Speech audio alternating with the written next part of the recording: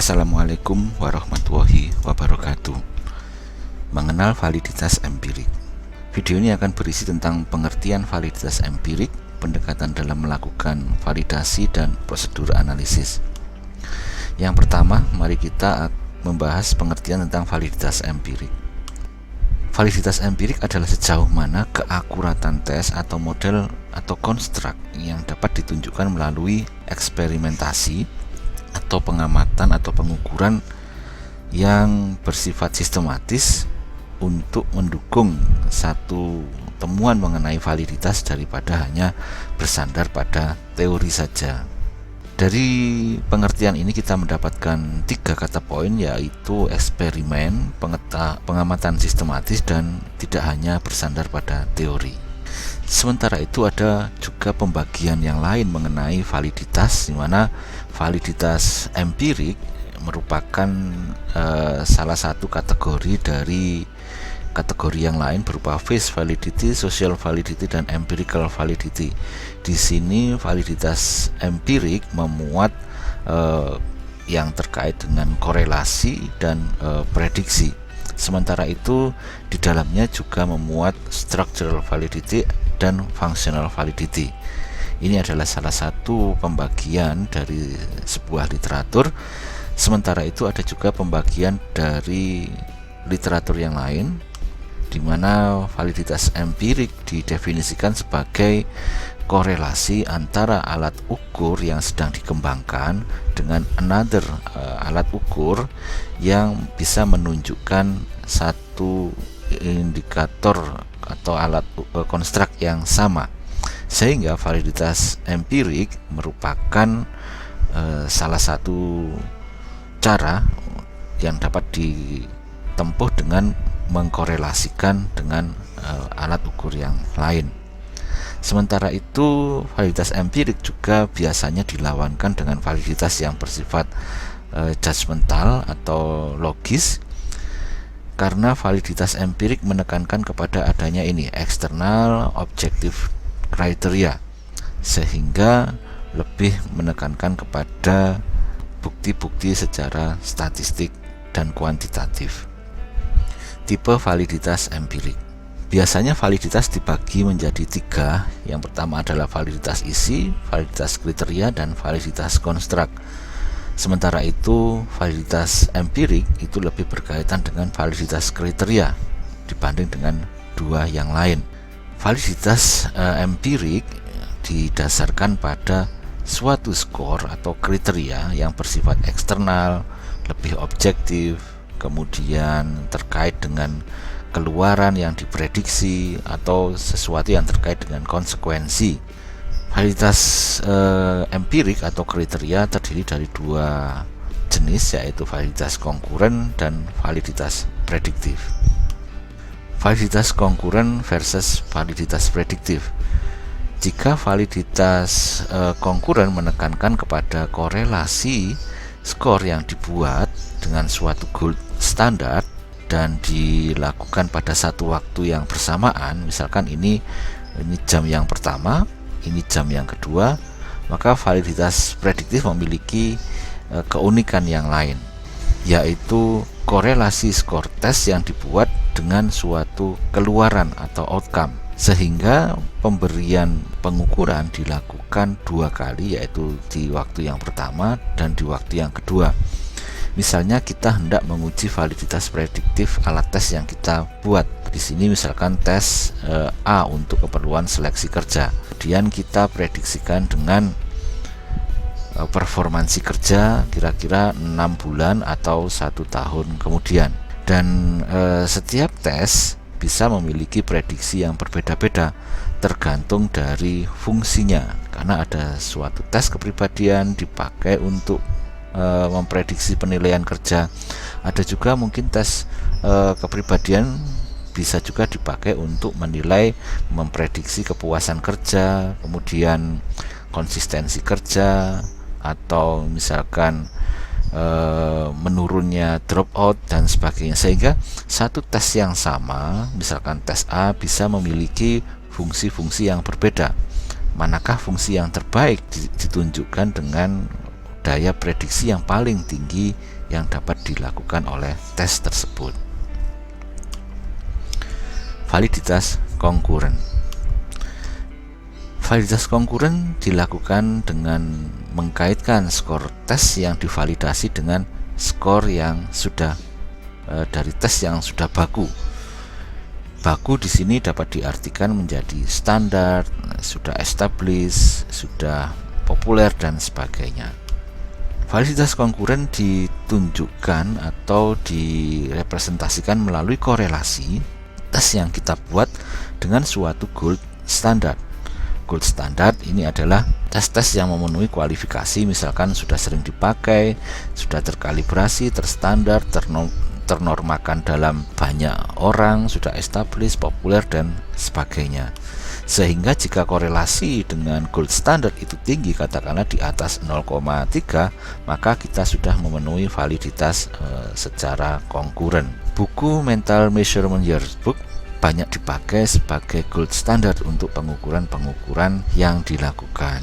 Ada salah satu kritik terhadap validitas konkuren, yaitu kita tidak perlu risau ketika kita mendapatkan katakanlah korelasi sebesar 0,5. Hal ini dikarenakan jika kita terlalu menekankan kepada korelasi yang tinggi, katakanlah 0,9, maka kita akan mendapatkan satu konstruk yang benar-benar overlap. Terkadang kita mengembangkan satu konstruk yang sedikit baru sehingga masih memiliki keterkaitan dengan gold standard, namun ada suatu keunikan yang kita dapatkan dari tes kita ini, sehingga kita mau memperbesar atau memperluas area cakupan dari gold standard karena kita memiliki satu keunikan, misalkan dari sisi budaya, dari sisi konteks dan sebagainya, sehingga validitas konkuren untuk harga yang terlalu tinggi itu biasanya dihindari, kecuali jika ingin mengembangkan alat tes yang sama. Misalkan kita mengembangkan tes yang mengukur kepribadian, misalkan kepribadian ekstrovert, dengan menggunakan games misalkan. Kemudian kita korelasikan dengan alat ukur ekstrovert yang sudah gold standard, misalkan menggunakan NIO. Sehingga karena yang diukur sama namun strateginya berbeda, diharapkan overlapnya tinggi. Berikut ini contoh alat ukur yang biasa dipakai menjadi gold standard dalam pengujian validitas konkuren. Berikut ini akan saya jelaskan cara melakukan analisis. Misalkan kita memiliki 10 butir, di sini butir 1 sampai butir 10, kemudian kita melakukan komputasi untuk skor agregasi atau komposit, kita namakan skor total. Misalkan katakanlah ini adalah skala harga diri buatan saya. Kemudian saya memberikan juga skala harga diri yang dikembangkan oleh Rosenberg, misalkan harga diri Rosenberg. Kemudian saya total dan saya sampaikan di sini ini adalah skor kriteria.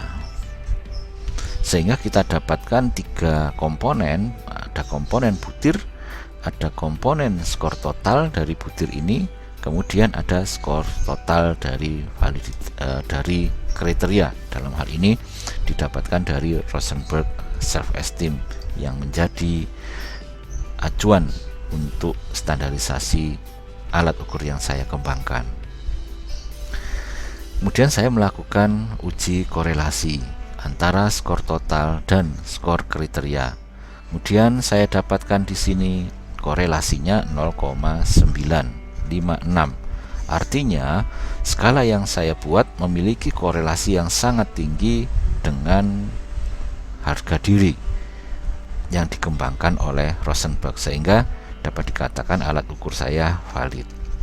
Dan sebagai catatan, korelasi yang tinggi menunjukkan bahwa alat ukur yang saya kembangkan redundant dengan alat ukur yang sudah ada.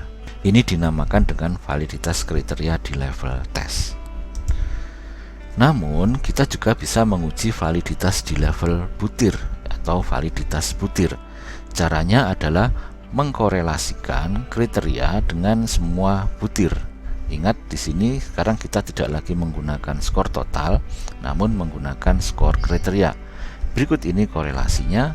Korelasi bergerak mulai dari sekitar 0,5 sampai 0,6. Ini menunjukkan bahwa semua butir-butir yang saya kembangkan valid secara eksternal, atau dikatakan dengan validitas butir yang saya kembangkan sudah memungkinkan, karena semuanya memiliki korelasi yang tinggi dengan kriteria.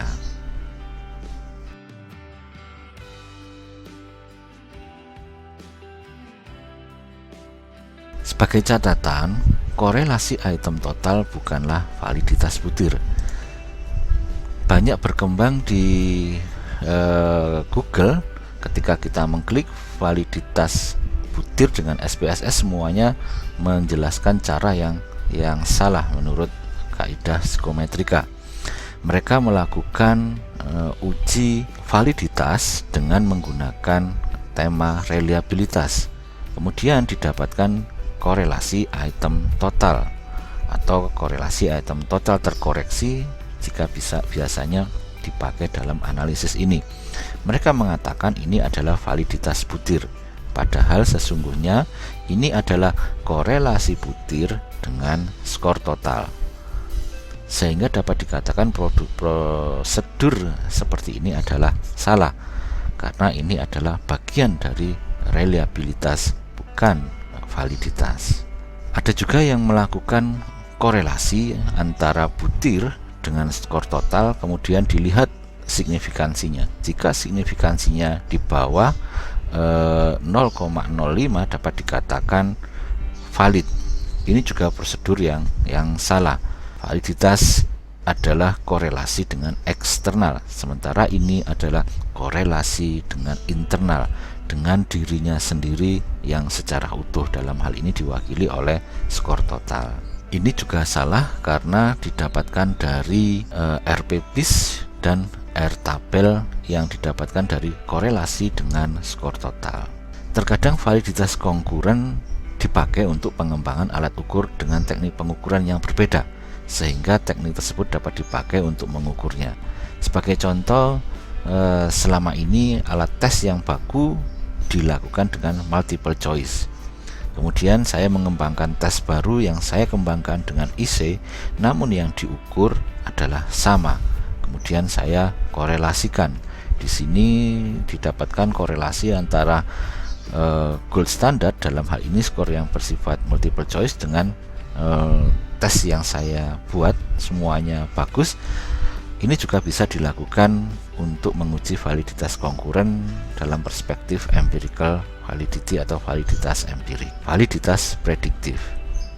Validitas prediktif biasanya dipakai untuk memprediksi suatu performansi, sehingga alat tes A bisa saja valid terhadap performansi, namun dia kurang valid untuk menguji misalkan konsistensi kerja. Jadi di sini korelasinya katakanlah 0,4, namun di sini 0,1.